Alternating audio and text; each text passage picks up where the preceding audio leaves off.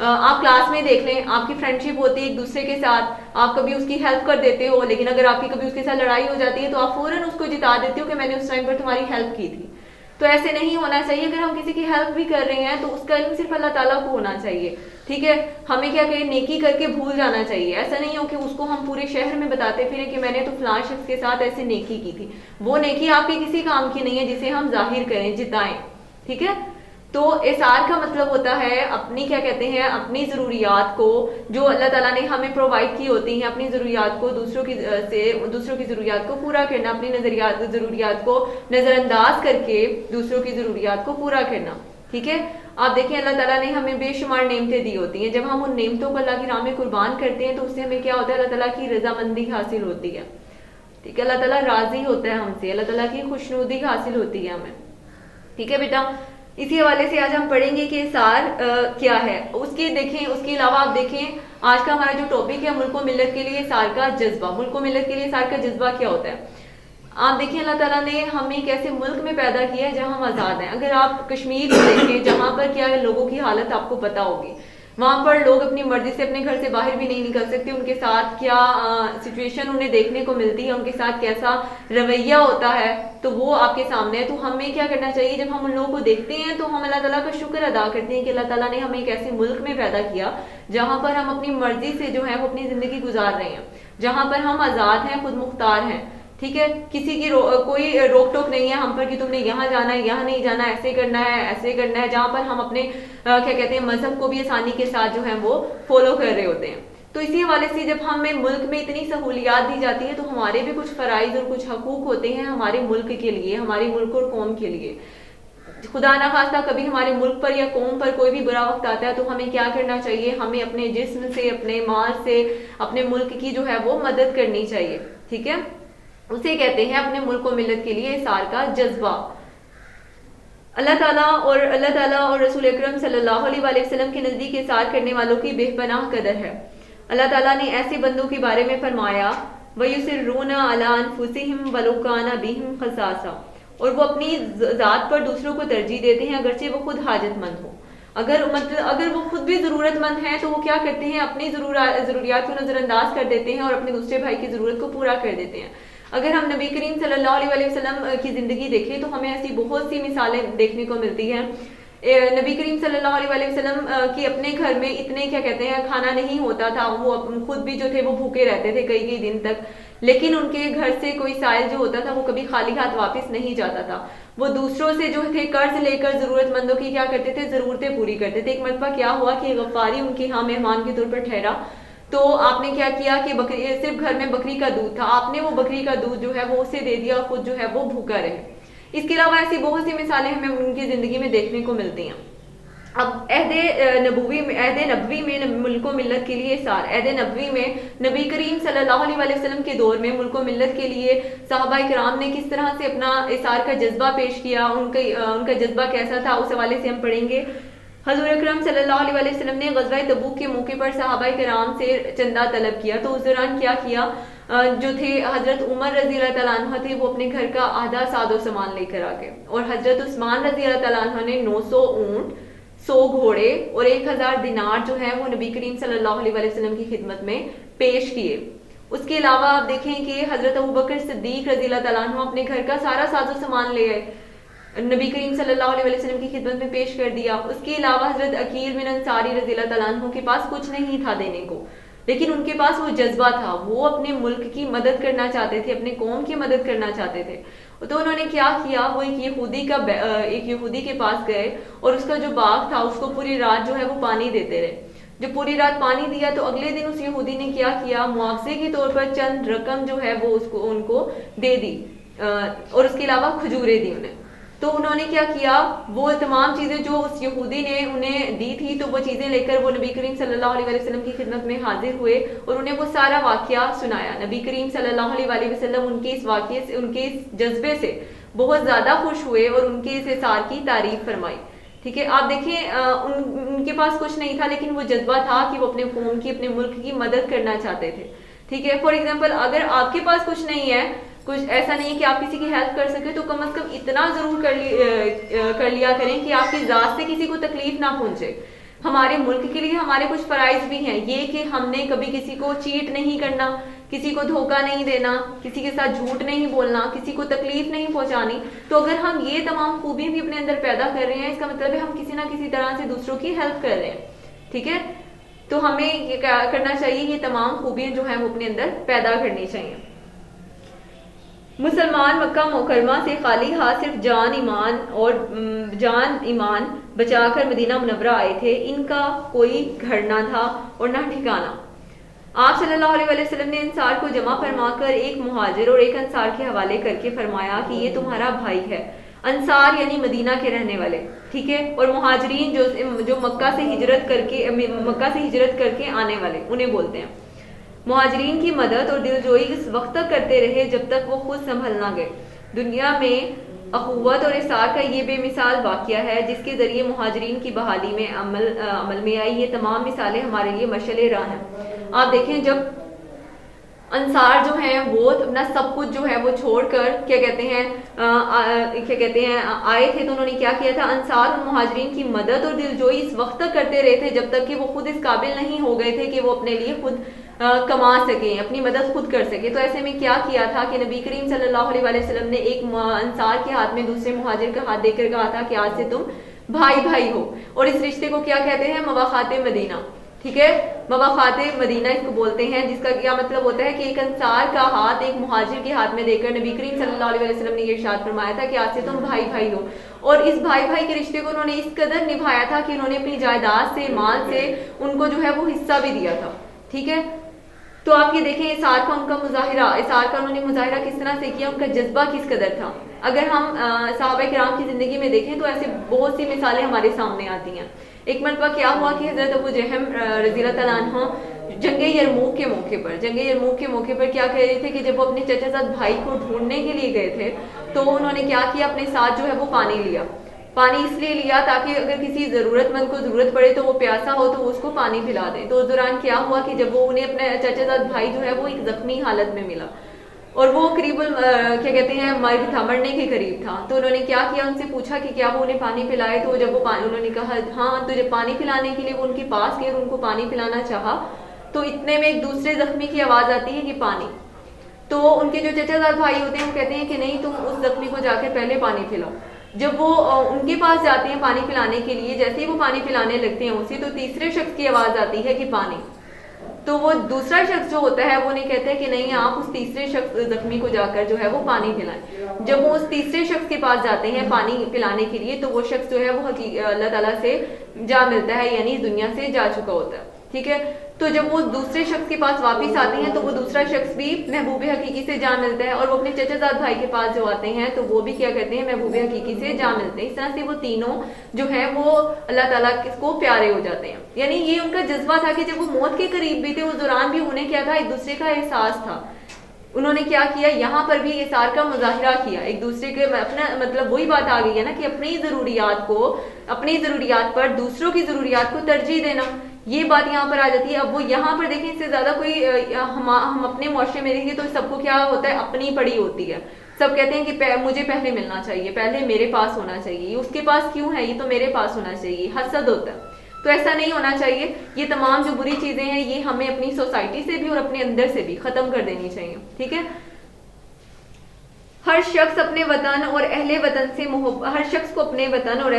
سے محبت ہوتی ہے. دنیا میں جیسے اخوت اور اثار کا بے مثال واقعہ ہے جو میں نے آپ کو بھی سنایا، جس کے ذریعے مہاجرین کی بحالی عمل میں آئی، اور یہ تمام مثالیں ہمارے لیے مشعل راہ ہیں. یعنی ہم جتنی بھی یہ مثالیں نبی کریم صلی اللہ علیہ وسلم کی زندگی کو دیکھیں تو ان میں ہمیں بہت سے ایسے واقعات دیکھنے کو ملتے ہیں جس میں اثار کے مختلف جو واقعات ہیں وہ ہمارے سامنے آتے ہیں. اس کے علاوہ اگر ہم صحابہ کرام کی زندگی دیکھیں تو اس میں بھی ایسے بہت سے واقعات ہمارے سامنے آتے ہیں جن کو ہم دیکھتے ہیں تو ہمیں سبق ملتا ہے، اور ہمیں چاہیے کہ ہم ان سے سیکھیں اور انہیں اپنی زندگی میں کیا کریں، لاگو بھی کریں، ان پر عمل بھی کریں. ٹھیک ہے، ہر شخص کو اپنے وطن اور اہل وطن سے محبت ہوتی ہے. کوئی ملک اس وقت تک ترقی نہیں کر سکتا جب تک اس کے باشندوں یعنی اس ملک کے رہنے والوں کو کے دلوں میں اس کے لیے اثار کا جذبہ نہ ہو. پاکستانی قوم کے دلوں میں اپنے وطن سے محبت کا بے پناہ جذبہ ہے. قیام پاکستان کے وقت بھارت سے آنے والے خالی ہاتھ مہاجرین کے ساتھ یہاں کے لوگوں نے جس جذبہ اثار اور اخلاص کا مظاہرہ کیا اس سے انصار مدینہ کی یاد تازہ ہوتی ہے. یعنی اس دوران جب یہ جنگ ہوئی تھی تو اس دوران کیا ہوا تھا, جو وہاں کے جو لوگ تھے, جو مسلمان تھے, انہیں جب نکال دیا گیا تھا, ان کے ساتھ برا سلوک کیا گیا تھا, اور وہ جب یہاں آئے تھے تو یہاں کے جو رہنے والے لوگ تھے انہوں نے کیا کیا تھا, ان کو اپنے تمام جو تھی ہر طرح سے ان کی مدد کی تھی, ان کو وہ سہولیات فراہم کی تھی, ٹھیک ہے, جس سے ان کی کیا وہ مدد ہو. 1965 کی جنگ پاک بھارت جنگوں میں پاکستان نے اپنے بے گھر ہونے والے ہم وطنوں کے لیے دل کھول کر احسار کا مظاہرہ کیا, دفاع وطن کے فنڈ میں بڑھ چڑھ کر حصہ ڈالا. اسی طرح 2005 کے تباہکن زلزلے میں پاکستانیوں نے زلزلہ زدگان کے لیے اپنا بے پناہ احسار کا مظاہرہ کیا, ٹھیک ہے. 1965 کی جنگ کے بارے میں تو آپ سب جانتے ہیں کہ 1965 کی جنگ میں کیا ہوا تھا کہ جب اپنے ملک کے تحفظ کے لیے جب جنگ لڑی گئی تھی, اپنے وطن کا دفاع کیا گیا تھا, تو اس دوران پاکستان نے بہت سی مشکلات کا سامنا کیا تھا, اور اس دوران ایسے بہت سے گھر تھے جو کہ بے گھر ہوئے, بہت سے لوگ تھے جو اپنے گھروں سے بے گھر ہو گئے, اور ایسے لوگوں کی اس دوران ہمارے ملک پر ایسی صورتحال تھی جس میں لوگوں نے کیا کیا, ایک دوسرے کی مدد کی کسی نہ کسی طریقے سے. اس کے حوالے سے جب بھی کوئی ایسا مشکل وقت آتی ہے تو ہمارے ملک کے جو رہنے والے ہوتے ہیں وہ ایک دوسرے کے برابر کھڑے ہوتے ہیں, ایک دوسرے کی ہیلپ کرتے ہیں. جیسے سیلاب کے 2005 میں جب سیلاب آیا تو اس دوران کیا تھے, بہت سے جو لوگ تھے وہ اپنے گھروں سے بے گھر ہو گئے تھے, ان کے جو گھر تھے وہ سیلاب میں بہہ گئے تھے. تو اس دوران کیا ہوا تھا, وہ لوگ جو کہ بچے ہوئے تھے, مطلب جن کے پاس وہ تمام ضروریات تھی, سہولیات تھی, تو انہوں نے کیا کیا, اپنی ان ضروریات سے اپنے ان بھائیوں کی مدد کی, ان کو سہولیات فراہم کی کسی نہ کسی طریقے سے, تاکہ انہیں جو ہے وہ کسی طرح کی کوئی مشکل نہ ہو. اس میں ہمارے نوجوانوں نے, بچوں نے کسی نہ کسی طرح سے, ہر طرح سے اپنی ضروریات سے کچھ نہ کچھ کر کے ان کے لیے بھیجا, اور اس کے علاوہ انہوں نے خون کے عطیات تک جو ہے وہ ان کے لیے پیش کیے, جو زخمی تھے, ضرورت مند تھے, ان کی زندگیاں بچائی, ٹھیک ہے. تو اس پورے لیسن میں ہم نے جو آج پوائنٹ ڈسکس کیے ہیں آپ یہ دیکھیں بورڈ پر ذرا. 6th کلاس, احسار کیا ہے. فرسٹ پر میں نے آپ کو بتایا کہ احسار کیا ہے, احسار کی ڈیفینیشن کیا ہوگی. احسار کا مطلب کیا ہوگا, یعنی اپنی ضروریات پر دوسروں کی ضروریات کو ترجیح دینا. تو ترجیح ہم کیا کیسے دیتے ہیں کہ جب ہمارے پاس کوئی چیز ہوتی ہے تو ہم اس کو اپنی ضروریات کو نظر انداز کر کے اپنے دوسرے بھائی کی ضرورت کو پورا کر دیتے ہیں. تو اس طرح سے کیا کرتے ہیں, ہم اپنی ضروریات کو نظر انداز کرتے ہیں, یعنی پس پشت ڈال دیتے ہیں. اس کے بعد قرآن کی آیات کے حوالے سے احسار کیا ہے, اس حوالے سے ہم نے پڑھا. احادیث کے حوالے سے احسار کی ڈیفینیشن کیا ہوگی, اور نبی کریم صلی اللہ علیہ وسلم کی زندگی میں احسار کے ہمیں کون سے ایسے واقعات ملتے ہیں جو ہمارے لیے مشعل راہ ہے. تو نبی کریم صلی اللہ علیہ وسلم کی پوری زندگی ہمارے لیے مشعل راہ ہے. ان کی زندگی میں ہمیں بے پناہ ایسے واقعات ملتے ہیں جو کہ احسار پر مبنی ہیں.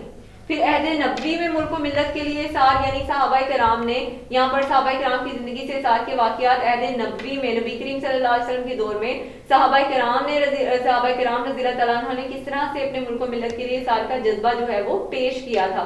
ان تمام پوائنٹ کو ہم نے ڈسکس کیا یہاں پہ, ٹھیک ہے بیٹا. اب اس کی ایکسرسائز کی طرف آپ دیکھیں. کوشچن نمبر 1 ہے, مدجع ذیل سوالات کے جواب تحریر کریں. فرسٹ ہے, احسار سے کیا مراد ہے, کوئی واقعہ تحریر کریں. میں نے آپ کو مختلف واقعات بتائے ہیں, حضرت ابو طلحہ انصاری رضی اللہ تعالیٰ عنہ کا واقعہ بتایا, اور اس کے علاوہ حضرت ابو جہم بن حذیفہ رضی اللہ تعالیٰ عنہ کا واقعہ بتایا. آپ نے کوئی ایک واقعہ یہاں پر جو ہے وہ مینشن کرنا ہے جو احسار پر مبنی ہو, ٹھیک ہے. سیکنڈ کوشچن آپ دیکھیں, قرآن پاک کی روشنی میں احسار کی اہمیت کیا ہے. قرآن پاک کی روشنی میں جیسے کہ یہاں پر بتایا کہ وہ اپنی ضرورت پر دوسروں کو ترجیح دیتے ہیں اگرچہ وہ خود حاجت مند ہو, ٹھیک ہے.